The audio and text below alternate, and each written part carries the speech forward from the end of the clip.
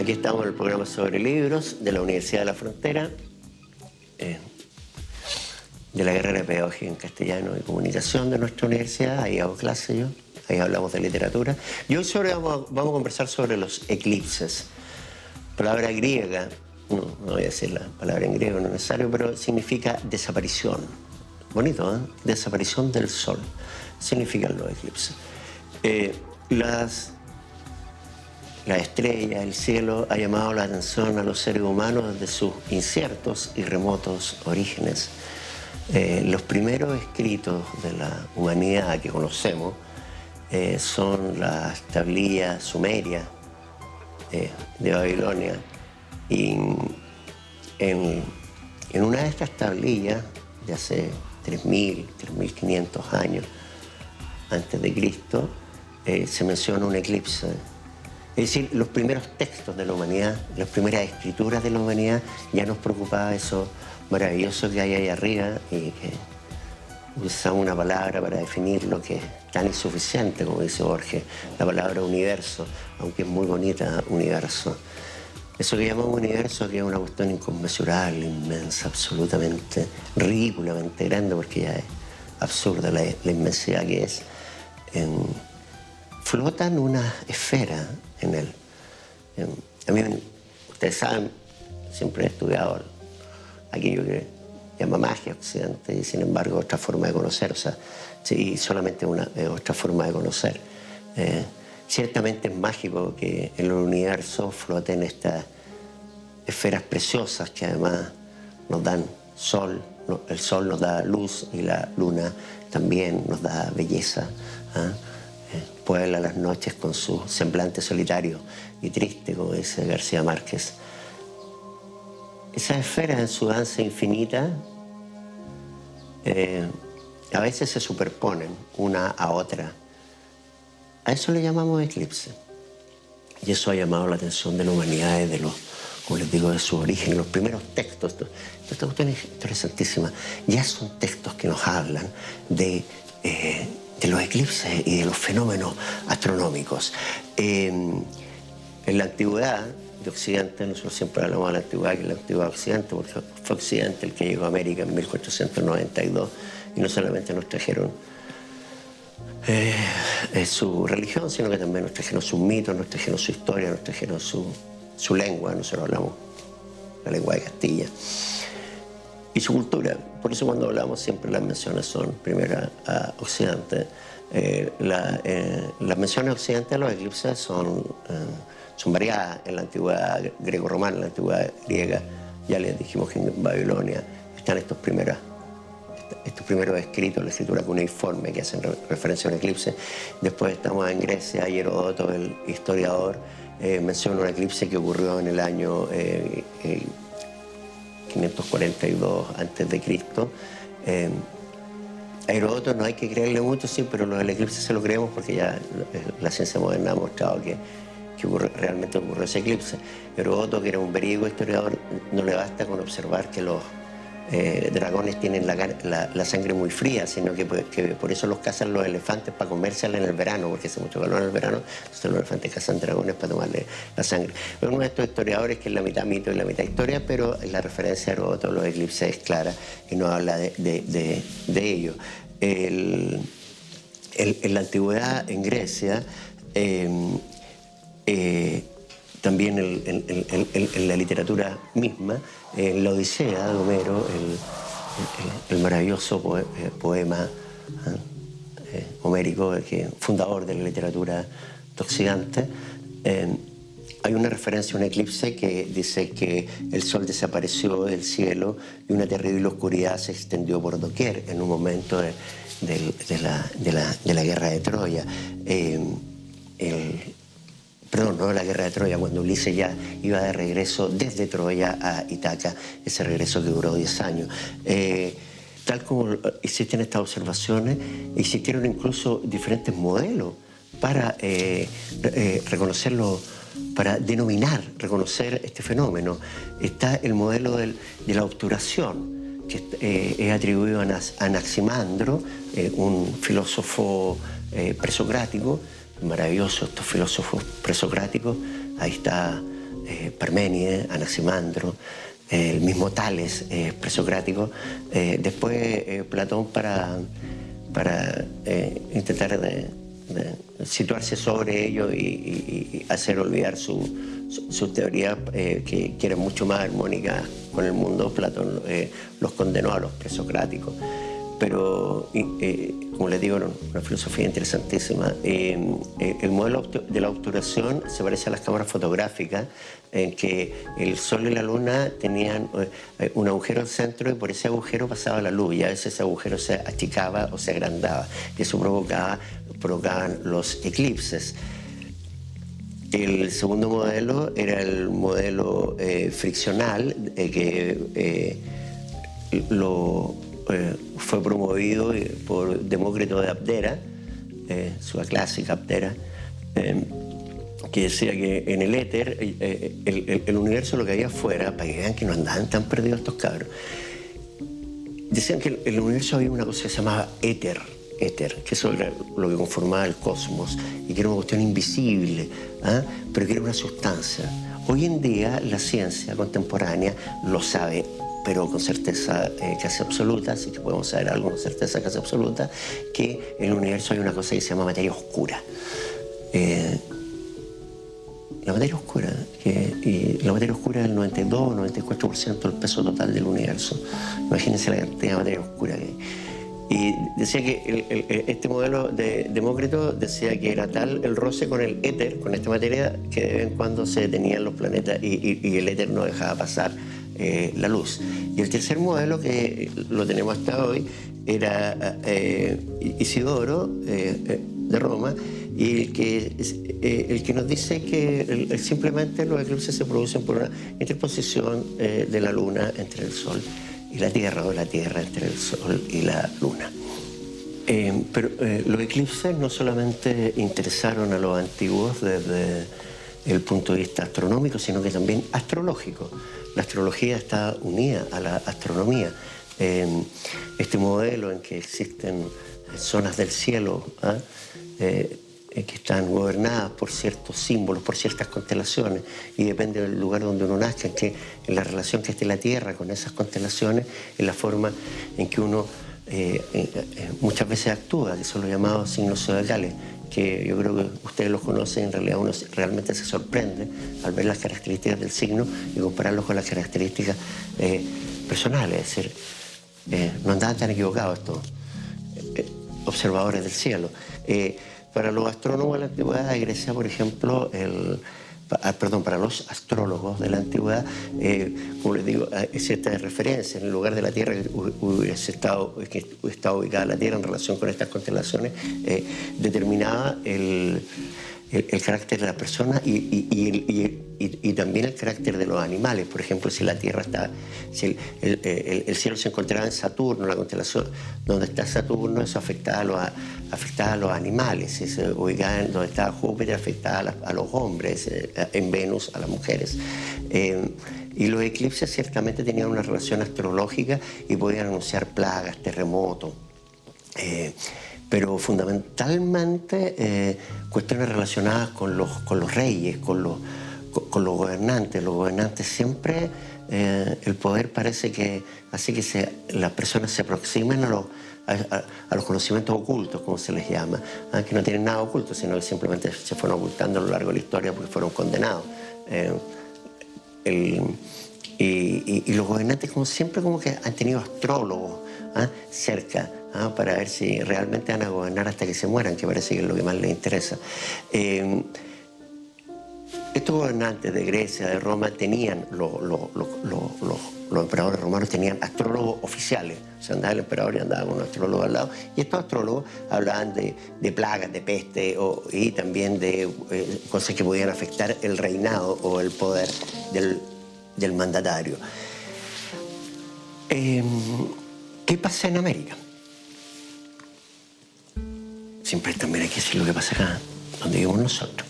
Bueno, las grandes culturas mesoamericanas, que son la cultura maya y azteca, tenían ciertamente, yo creo que ustedes deben saber, el calendario azteca parece que incluso es más preciso que el nuestro. El nuestro tiene un año bisiesto cada 4 años porque le sobran una hora a nuestro calendario. Entonces por eso hay que ponerle otro día, porque las horas que sobran, que son 6, cada 4 años, 6 por 4, 24, hacen un día más. Y por eso tenemos un año bisiesto para acomodar el calendario. Siempre se pueden acomodar las cosas. En México hay un cronista que es Sahagún, que habla del horror que provocó en los mexicas la ocurrencia de un eclipse. En los mayas también.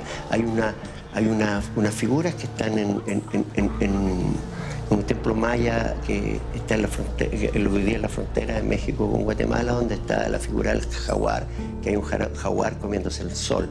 ¿Por qué provocaban terror? Aunque sí parece que sabían, que tenían conocimiento astronómico suficientes para comprender de qué se trataban estas cosas que eran los eclipses.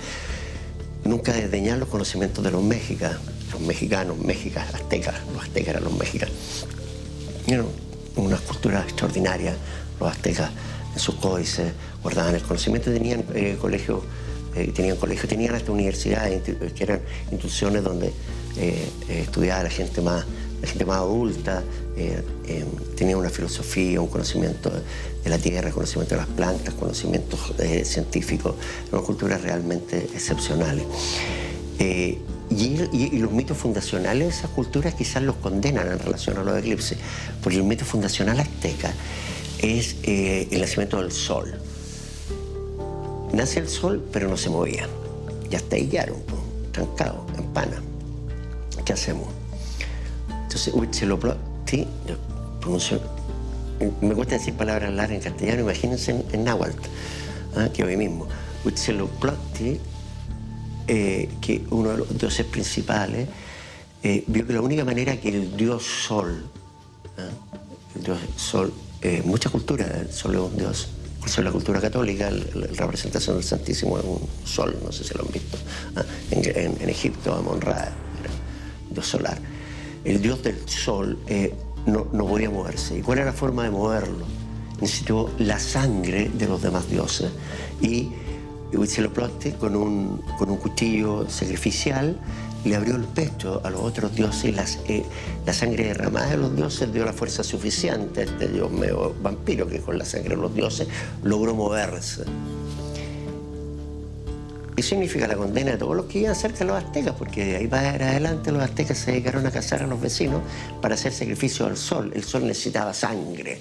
El sol necesitaba sangre para vivir. Entonces imagínense el horror que provocaban los aztecas que gracias a un eclipse desapareciera el sol. Era un terror espantoso, se escondían, se tiraban al agua. En India también se tiraban al agua, hasta el día de hoy en India se tiran al agua cuando hay eclipses, se sumergen hasta el cuello. Uno dice, bueno, pero ¿cómo conviven estas supersticiones junto con la cultura?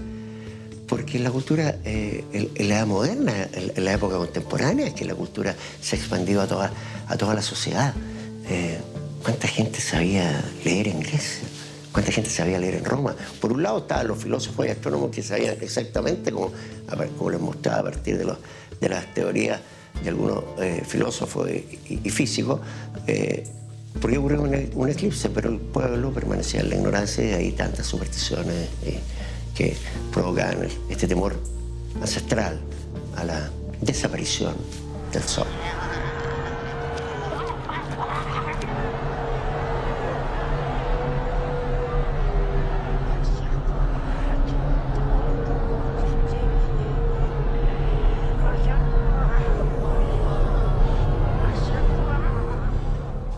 Pensando en la literatura, hay una palabra en realidad es como sinónimo de literatura, que es Shakespeare.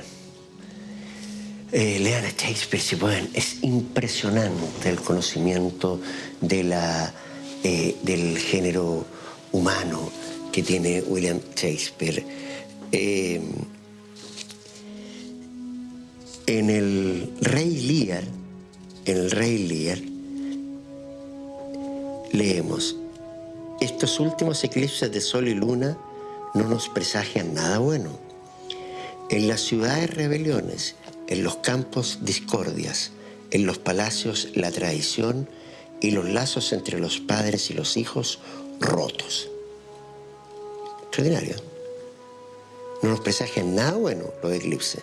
En las ciudades rebeliones, en los campos discordias, en los palacios la traición y los lazos entre los padres y los hijos rotos. Esta es la universalidad de Shakespeare. O sea, si uno lo piensa hasta el día de hoy, en los palacios reina la traición. Como diría Borges, hablando de un caudillo, decía que capitaneando hordadas que soñaban colgarlo y capitanear. Todos quieren capitanear. Los palacios de la traición, romper las relaciones familiares son catástrofes. Y estas catástrofes, según el rey Lear, Gloucester, que uno de los personajes del rey Lear, lo provocan los eclipses. ¿Ello por qué? Estábamos hablando recién que existe un conocimiento mágico, podríamos llamar, y un conocimiento científico, y el conocimiento mágico, una segunda versión del conocimiento mágico son las supercherías. Primero está la magia, que es otra forma de conocer, nada más que eso, pero después existen estos conocimientos populares que son la superchería, y eso es lo que recoge Shakespeare al hablar de estos presagios que nosotros siempre hemos querido saber de su futuro, que los eclipses nada bueno ofrecen del futuro. Ahora, hay que destacar que Shakespeare creía firmemente en la existencia de las brujas. Recordemos que Shakespeare es del siglo XVII. En el siglo XVII en Europa todavía seguían quemando mujeres por todas partes acusadas de brujas. Shakespeare pedía que lo fueran a dejar, William Shakespeare, cuando terminaba su obra de teatro, sus representaciones teatrales a las 12 de la noche en Londres, que fueron a dejar la casa porque tenía miedo que una bruja volando lo atacara. Bueno, pero el punto está en que existe esta idea de que el eclipse no presagia nada bueno, lo mismo que pasaba en Grecia, que también le tenían miedo a los eclipses, a pesar, como les decía, que existía este conocimiento, por este conocimiento que permanecía en las capas cultas de la sociedad.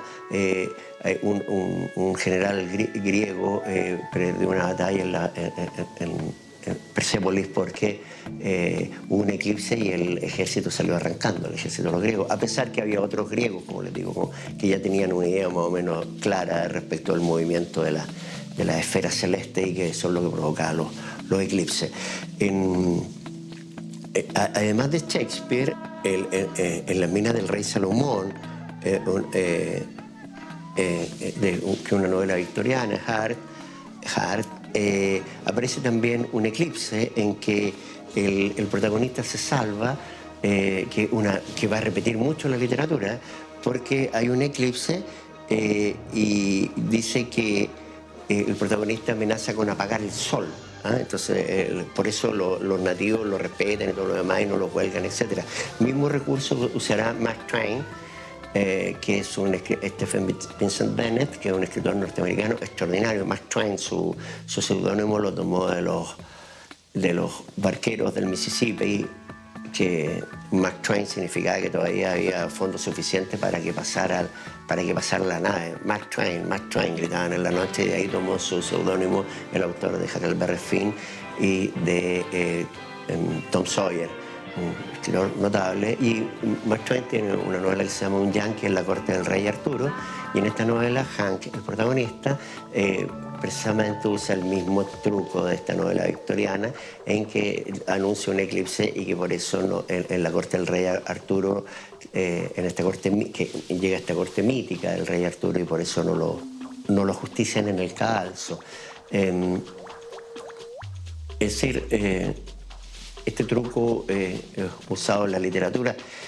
La leyenda cuenta que el Cristóbal Colón también lo usó en Jamaica. Colón, ya en el tercer viaje, como les decía, siempre hay alguien que quiere capitanear. En el tercer viaje a Colón ya no capitaneaba nada. Lo dejaron en Jamaica, en una isla, y estaba con unos nativos. Y Colón también, para conseguir comida, no para que no lo justiciaran, sino que para conseguir comida, anunció un eclipse, y así los nativos lo consideraban una persona, los nativos, entre comillas, por favor, que siempre se llaman nativos los que viven en alguna parte, como que los que viven en Estados Unidos o en Europa no fueran nativos, o fueran otra cosa. Los nativos somos nosotros, ¿no? Bueno, la gente que vivía ahí, en esas islas, consideró que tenía conocimientos superiores y de ahí le dieron alimento a Colón. Esto Colón lo supo porque entre los mapas, los conocimientos que él tenía, los libros que él tenía, Colón llegó con 7 libros a América, 7 u 8. Estaba uno de Johannes Navier, que era un astrónomo holandés, alemán. Y de ahí sacó el conocimiento de este eclipse que ocurrió en 1512 y 1508 y que precisamente lo salvó, pero esa no sabemos si es en realidad leyenda o historia. Al respecto también de esta historia existe un texto de Augusto Monterroso, un texto corto. Augusto Monterroso, este autor latinoamericano, es el maestro del cuento corto. Así de cortos son los cuentos de Monterroso. Se llama El dinosaurio. Cuando despertó, el dinosaurio todavía estaba allí. Ese es el cuento. Cuando despertó, el dinosaurio todavía estaba allí. El del eclipse es un poquito más largo, porque el del dinosaurio es extraordinariamente corto. El del eclipse es que hay un sacerdote cautivo por unos aztecas o mayas, y para asustar a sus opresores, dice que si no lo sueltan va a haber un eclipse. Lo mismo que hacía el yanqui en la corte del rey Arturo, lo mismo que hacía en esta novela victoriana que les mencionaba. La gente de esa tribu, esa gente no lo escucha porque ellos tenían conocimientos astronómicos suficientes para saber que ese mismo día iba a haber un eclipse, y le cortan el cuello igual a este invasor. Ustedes van a decir que yo hablo siempre los mismos, pero ¿qué le va a hacer uno si no tiene sus preferencias? Y entre mis preferencias absolutas está García Márquez. No, nunca me voy a aburrir de decirlo. Tiene un cuento, García Márquez, que se llama La noche del eclipse. Y en este texto hay un joven que ya no había cómo, está intentando seducir a una persona, aunque siempre eso ya es machismo, porque siempre las mujeres también seducen o se dejan seducir. Una mujer no se va a dejar seducir por cualquiera, ¿eh? Hay un principio de atracción mutua.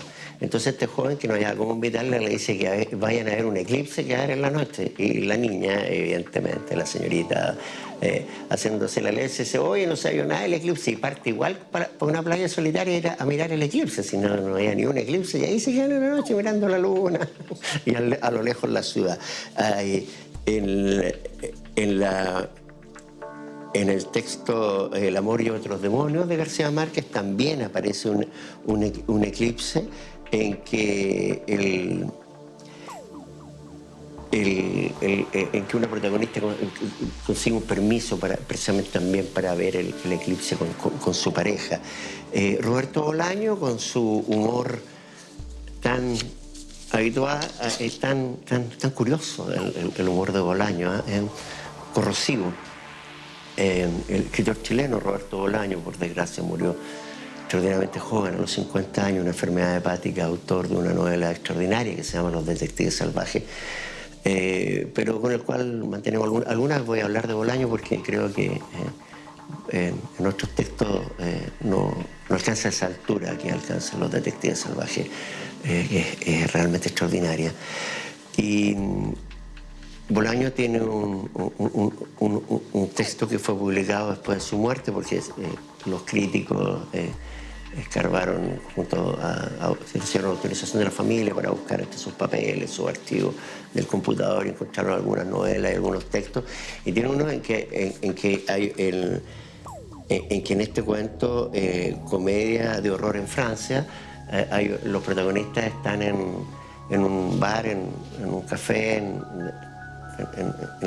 una playa del Caribe, y iba a haber un eclipse. Entonces todo el mundo tenía puesto esto que es muy importante, ¿no? Mirar con los eclipses con la protección adecuada. Tenían puestos estos lentes protectores, y llega el eclipse, y el narrador dice que miraba a la gente que estaba agolpada en las ventanas mirando el eclipse, y miraba a los mozos que seguían trabajando, y que una vez terminado el eclipse todos aplaudieron, etcétera, y que todos sacaron las gafas menos los mozos y la gente que atendía en el restaurante, y que 5 años después los mozos todavía seguían trabajando con esas gafas puestas, sin la muestra de humor que les digo. Y esta costumbre se había extendido a todos los restaurantes que hay ahí en el litoral y la tienda, etcétera, y los kioscos, y todo el mundo atendido desde ahí para siempre en esa playa con las gafas para ver eclipse.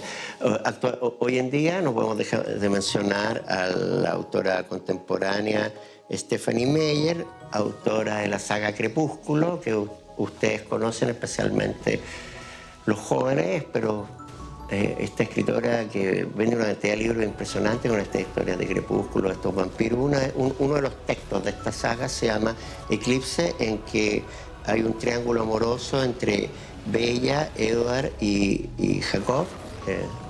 Jacobo, Bella, Eduardo y Jacobo. Y que ella es la luna y Eduardo el sol y Jacobo la tierra, y es esta especie de juego entre el nombre de los protagonistas, entre el juego de los protagonistas, con este maravilloso juego de estrellas y de planetas que hay en el universo y que de vez en cuando se conjugan para darnos ese espectáculo maravilloso que nosotros llamamos eclipse. Si les interesa saber más de esto, pueden leer estos textos que hemos mencionado, el cuento Bolaño, la novela de García Márquez, Amor, otros demonios, buscar algo de Mark Twain. Lo que encuentren va a ser fantástico. Y no se olviden, existe Shakespeare y ahí hay un conocimiento impresionante acerca de las relaciones humanas y, por supuesto, la traducción del Rey Lear que hace Nicanor Parra, que es bellísima y muy interesante. Bueno, de eso es lo que les habíamos querido hablar hoy día en el programa sobre libros de la Universidad de la Frontera.